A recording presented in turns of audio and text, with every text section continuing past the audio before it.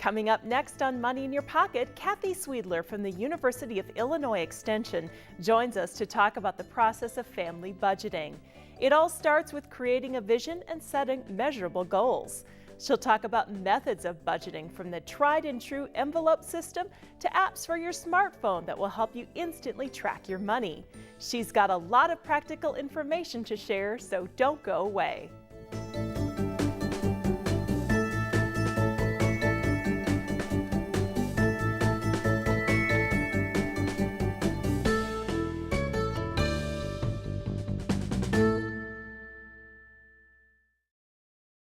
This program is made possible in part by Credit Union One.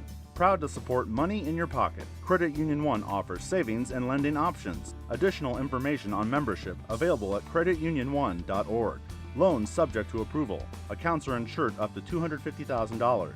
By member's choice, this institution is not federally insured. Welcome back to Money in Your Pocket. I'm your host, Lori Casey, and today we're talking about family budgeting, and Kathy Sweedler, who's a consumer economics educator from U of I Extension, is here. Good morning, great to be with you. Thanks for coming. Tell our viewers a little bit about what you do in your area of expertise at U of I Extension. Well, I have a wonderful job because I get to go out into the community and talk to people about personal finance. I might, sometimes be in a classroom, but just as likely to be out meeting people in community halls or wherever their group meets, and we talk about financial matters and we talk about consumer issues. All right, so the reason we brought you on the show today is we want to talk about budgeting for families, individuals. First question is, how do you get started on that process? Well, it's a tough one, right? Because we're looking at trying to change behaviors and learn something new.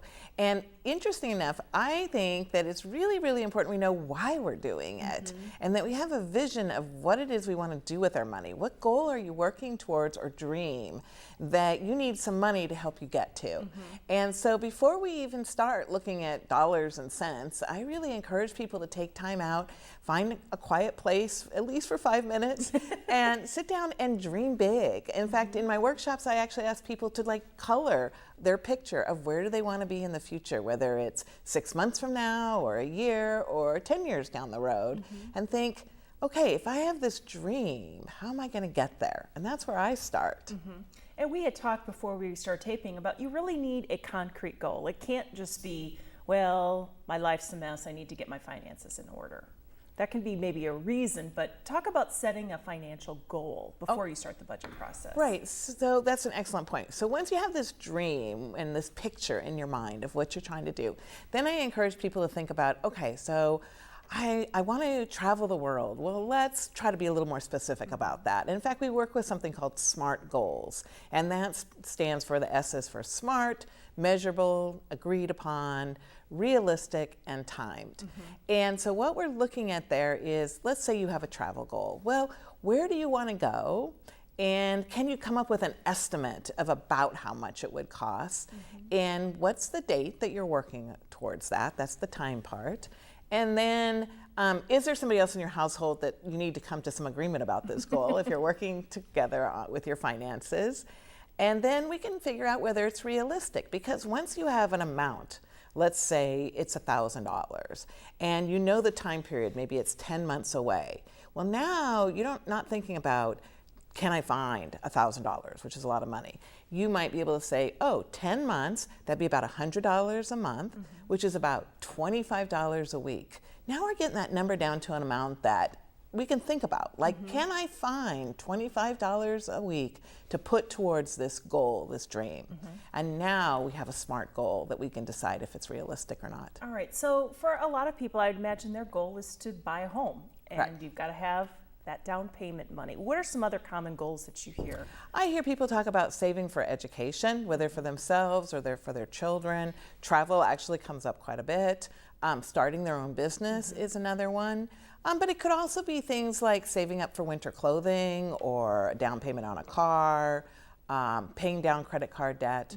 So those are the kinds of things that I think are on people's minds, but it's really hard to get it into your day-to-day habits and spending when there's all these other things like getting food on the table and paying those bills that come in that are kind of, they feel urgent because they're here today. And so we kind of lose sight of some of those longer term goals. All right, so say we have our goals set. What do we do next? Okay, well now, once we know what we're working towards, now we get to the numbers. And so the first thing we really need to do is figure out just what is our income and what are our income sources. And so again, you know, it's time for that paper and pencil or pulling up that Excel sheet, whatever you're comfortable working in, and listing out, you know, what is your income? Maybe it's easy and you get a, you know, a monthly paycheck and you're done. But for a lot of people, income fluctuates during the year. So you may need to capture that. And so then figuring out that total. And that's the easier part of the other side of the balance, which is figuring out your expenses. I think a lot of us could tell people, like, you know, if I asked you how much you pay for your rent or your mortgage, you'd probably be pretty close. But if I asked people where that last $20 that you took out of the ATM went, then people are a little less sure about it. So we need to first estimate our expenses and kind of put them into categories. So that's kind of our next step. So how do you go about categorizing things for budget? Because that is important to know, rent, utilities.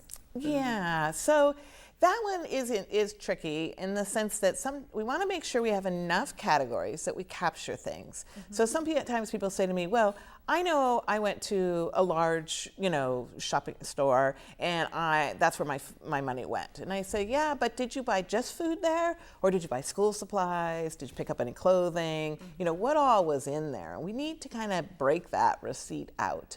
So, you know, usually I suggest that people find somewhere between 10 and 20 categories that make sense to them. So, for example, for some families, they're just going to want a food category. But other people are going to want food eaten at home, food eaten maybe while at work, food eaten for entertainment. So it depends on the person, how you want to look at your own spending patterns and what do you want to break it out to. Well, you brought some people recall from budgeting back in the day, or maybe even today, the envelope system. That's kind of a tried and true way of budgeting. You actually brought some envelopes. I did bring envelopes because like you said, it's tried and true. This has worked for people for generations. And essentially what it is you make envelopes for your different categories, especially those that you want to keep track of. Right. So maybe, you know, your rent, you kind of know what it is and you don't need an envelope for that. But then, and you take your money that you've allocated per category for the month or for the 2 weeks. Usually people work on how their paycheck comes out, but whatever works. And so you'd put like how much money I think I want to spend on clothing each month. How much do I want to spend on entertainment? Maybe how much you want to spend on groceries, and maybe you have a separate category for food eaten out. That's not unusual. And you put your money in it for the month, and then when you go to eat out at a restaurant, you take money out of this envelope. If at the end of the month this envelope is empty, oh, you don't get to eat out. It's a very concrete way. Yes. Rather than a credit card. It's you physically see that there's $20 in there, or there's none. Right. So it's a really good reminder, and it's something where you've made a decision, and here's how you can see it. Now, in today's world, a lot of people don't like to deal with cash, and this is, you know, just a very different thing for people. But there's a lot of phone apps or ways that you can do it online that essentially are the same idea as an envelope system, but you're not dealing with the cash, you're seeing it electronically. And so that's something else to think about, that you can search for those and find them. Do people do better in budgeting and dealing with cash because it's a real concrete thing versus using their debit card or checks? So that's a really interesting question, and I'm always looking for research that would give me like that definitive answer. And I think, unfortunately, I have to say it depends. It depends on the person. So for some people, definitely there's a reaction to spending cash. And so spending cash is harder for them. So, and there's even some evidence that for people like breaking if they get their cash in larger denominations, it's hard to break it. So like to break that $20 or that $100 bill, there's more psychological barriers. But for other people, that's not really true, and they seem to work just fine with using a debit card or a credit card. So I think, again, you have to know yourself. You have to, if you found that you finding it really easy to swipe that debit card, try it with cash. See if that changes how it feels for you. I mean, cash feels like, for me personally, it's harder for me to get rid of that. I don't know why, but I am one of those people that I think if I had cash, I'd probably spend less versus my debit card. And for other people, they say, well, the cash burns a hole in my pocket, right? So I just gotta spend I got it, so I'm gonna spend it. So it's very interesting to me, and I wish I had, like the exact answer, except that I would say if you're trying to change a behavior, maybe changing it in this way could help. You might try that. So you have your budget, whether you're doing an envelope system or an online system. When you've talked to people and you're presenting, what are some of the places that money seems to be going out that they don't really keep track of, or like people are surprised, oh my gosh, I had no idea that much of my money was going towards this? That's a really excellent point. So what I have found is that it's those small amounts that we do frequently that really add up and catch people. And so there's sort of that latte cliche, but it's true. It may not be a latte for you and I, but it's something that you have made into a habit, and you don't realize that, if I spend, $200 a day, $2 a day, $2 a day on something, that's over $700 in the year. And my gosh, there's almost your travel vacation, right? And so when I ask people, when we talked about the steps towards budgeting, and I said estimate your expenses. Well, the next step is really to track your expenses. And that's where I ask people to really track every dime they spend for at least 6 weeks, if not longer. Now, you don't have to do this the rest of your life. I know it's not fun, but really tracking all those small amounts, and then you can look at it and say, oh, didn't realize I was spending that much on this area. Now, you might say, but that's what I want to do, and I'm going to stay there. But you might also say, in this area, I'm not getting as much pleasure out of that as it's costing me, and I'd really like to try diverting that money into savings or paying down my debt or something else that would give me a lot more pleasure. Okay, so a lot of this seems to be correlated to like when people want to lose weight and dieting. One of the things they'll say is to keep a food log. Even before you start to go on a diet, keep a food log, keep a log of where you're spending your money to see where it's going out. And that's because it all comes really back to changing behavior. And so the research on changing behavior gives us some clues about how to help people do that. And whether you're right, whether it's losing weight or gaining weight or getting fit or changing our financial behaviors, we just kind of know that certain things seem to help people. And so that's why you'll hear themes resonating, but we're trying to apply it to money, which is a little different. And I guess there's one other thing I really want to bring up about budgeting, and that is sometimes people say to me, oh, I tried budgeting once, but I failed the first month, and so I quit. And what I want to tell you is that a budget, or we sometimes call it a spending plan, because that's a little nicer term, it's not in concrete. This is a working document. So you've maybe set up what you estimate those categories are, but once you've tracked your expenses, you need to go back and compare it to your estimates. So, and then look at it each month and say, oh, I spent more on clothing, but that's because my son lost his winter coat and I had to go out and get it right then. But I won't be doing that every month. So I'm gonna leave that category the way it is, see how it plays out. But maybe there's another area you're seeing consistently higher and you're thinking, okay, I just didn't realize that, commuting costs were that high and I can't really change that. So I'm gonna have to readjust that. So it's a document that should be flexible, that you're playing with until after several months, you kind of get a really good picture of where your money's going. So you can't fail at it. So what should someone do if they sit down and they look at their income and their expenses are more than their income? Yeah, so that's it. We're trying to balance that, right? And we really need, at least at most stages of our life, we need our expenses to be less than our income. Now, there are some stages, for example, students who are going to college, where really their expenses may be higher than their income. And we see that. We understand that's for a short amount of time, and then they're going to do something different. But if it's out of sync that way, then you really have two choices. You can either increase your income, and that might be an option. It might be worth taking more hours on or adding in another job, or decrease your expenses. And that's where we have to start looking at where can we make changes in our spending.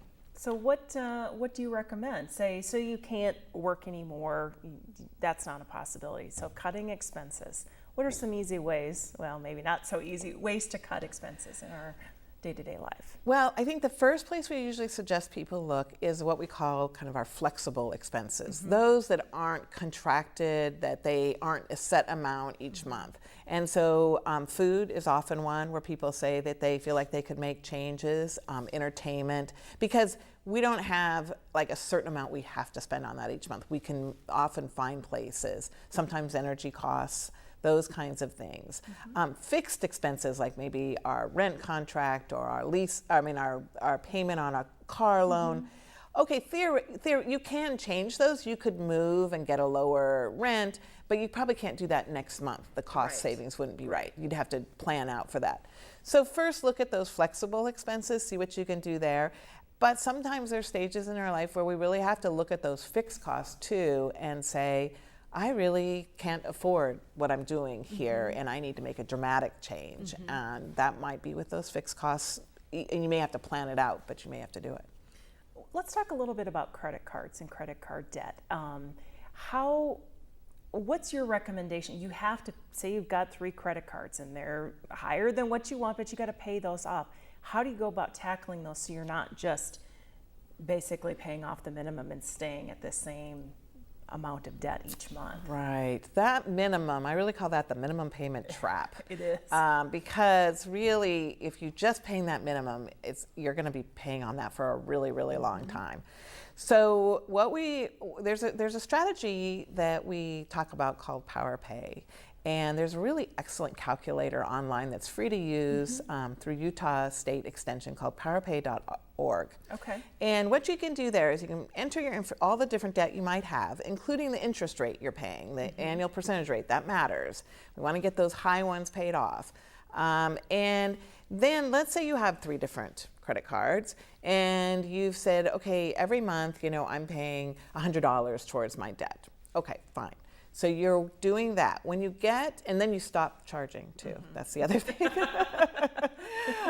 And then let's say you get one paid off. Now, instead of taking that maybe $30 to go do something else with, you roll that over towards the next credit card debt. Now you're paying more than minimum on that one. And it'll help you pay it down much, much faster. So that website, what does that do when you put your information? Does it sort of say pay more on this one, or how does it work? It gives you different options. So sometimes people like to pay the debt that maybe they don't have so much on that credit card. They just want to get rid of that one, kind of get rid of some of them so you don't have so much to think about. And so that's one direction, and you can ask it to calculate how long it will take if you put this much money into it, or what if you put $10 more into it, how much would that take to pay it off? Then the other way to look at it is to try to pay down those debts that have the highest interest rate.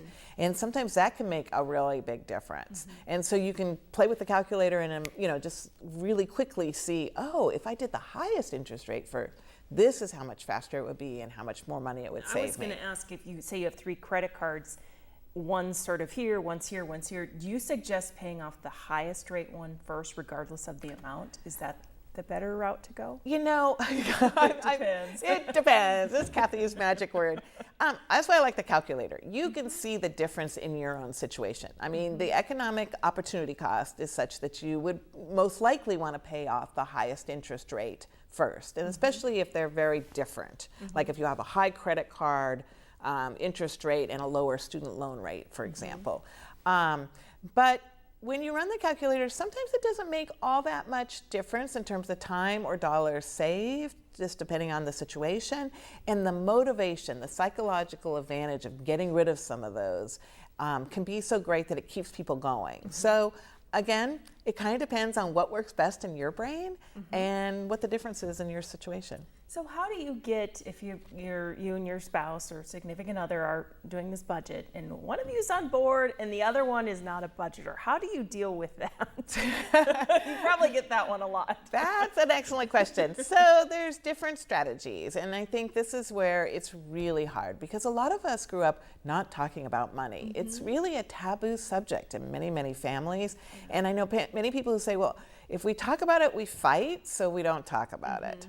So we come back to some basic communication skills about like choosing the right time to talk about it, maybe going to neutral territory where you're not going to be interrupted by the phone or children or other tasks that seem to need to be done, and not harping on past mistakes, but kind of moving forward with, well, what are our goals? What are our dreams? What are we trying to work towards together? What have we agreed upon? And then how do we want to get there? And we might need a little give and take. So some families find that it's very helpful that each, like if there's a partnership type situation, that they each have their own spending money, that they don't have to tell the other person what they're doing with it. So whatever that amount is, they each can do it and no questions asked. And maybe there's one joint account that they're putting money into that the bills are paying for off of. Other people are, work well where they have just one joint account. But again, I think, you just have to think through what's going to work best for you and try it a little bit and then reevaluate it. And if it's not working, tweak it. Well, it goes back to what you said before, is the budget it's not a set in stone thing. It flexes and changes and evolves. And our lives change and evolve. We have new things that come up we need to respond to, new priorities, and so we have to always come back to these things. I think even too, time of year, you maybe spend more money in the summer on entertainment because it's nice and it's fun to go out versus winter. It's a cold winter, we don't want to go out. We stay in our homes and watch movies. Right, and that's why sometimes people find that tracking their expenses over a whole year is helpful because you catch those things we call kind of occasional expenses, whether it's entertainment in the summer or holiday expenses or back to school expenses, and then you can say, oh, well, at this time of year, I want to be able to spend a little extra, so I'm going to save up for that all year round, so I have kind of a chunk of money to do that with. I wanted to ask, we have about three more minutes. If I had one more question, you often see ads or offers where you can buy something on an installment basis. If you have the cash to buy the whole thing, would you recommend that, or I can buy it in installments, I'll do it that way? Well, so again, it depends. What else would you need to be doing with that cash? But when you do it on installment, you're being charged an interest rate. So you have upped the price of that item significantly often. So you might want to look at what that total final cost is versus if you paid cash for it, and make that decision on, is it worth it to you to be paying that extra amount? Or if you had the cash, why not just pay it then and move on? But there could be reasons why you need that money set aside in savings or other things. So I hate to always be fudging out my answers, but I think you have to take this all in context with what else is happening in somebody's life. Would you have the same advice for consolidation of credit cards too? So consolidation of credit cards is something that you need to be careful about because typically what that means, if you're lowering the payment, you're going to be increasing the time it takes you to pay off, and you're going to be increasing the total amount of money that you've earned and worked hard for to pay off that debt. That just spreads it out. And sometimes when we consolidate, it feels like, oh, we have more money in our budget because we're making a smaller payment, and then we add more to a different credit card. If that's the pattern you're falling into, be aware. That's going to cost you over your lifetime. So you really want to think about how to keep your costs down so that you can be putting away things for savings for things that are important to you, whether they're short-term goals or long-term goals like retirement. All right, Kathy, we have one more minute left. Any last little words of advice for our viewers on budgeting? I think give it a try. You can do this. You can put your money towards what's important to you and empower yourself to get to your goals and your dreams. And if you backslide a little bit, okay, fine. Who doesn't? Just get back on track and do it again. And remember that it's a change in behavior. That's right. And don't just do it because you have to. Change that behavior, and most importantly, set a concrete goal. And have that vision. Maybe cut out a picture of that trip and put it on the refrigerator. Oh, great advice. Kathy, thank you so much for coming over to WEIU and Money in Your Pocket. We appreciate all your information. Thank you.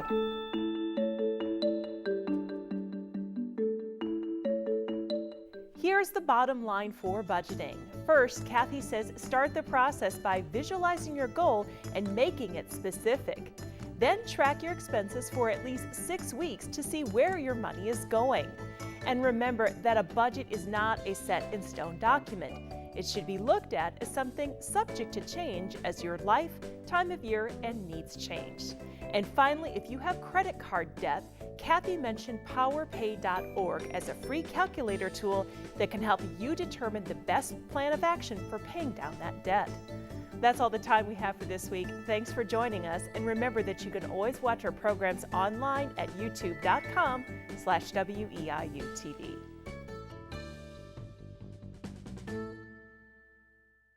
This program is made possible in part by Credit Union One. Proud to support money in your pocket. Credit Union One offers savings and lending options. Additional information on membership available at creditunion1.org.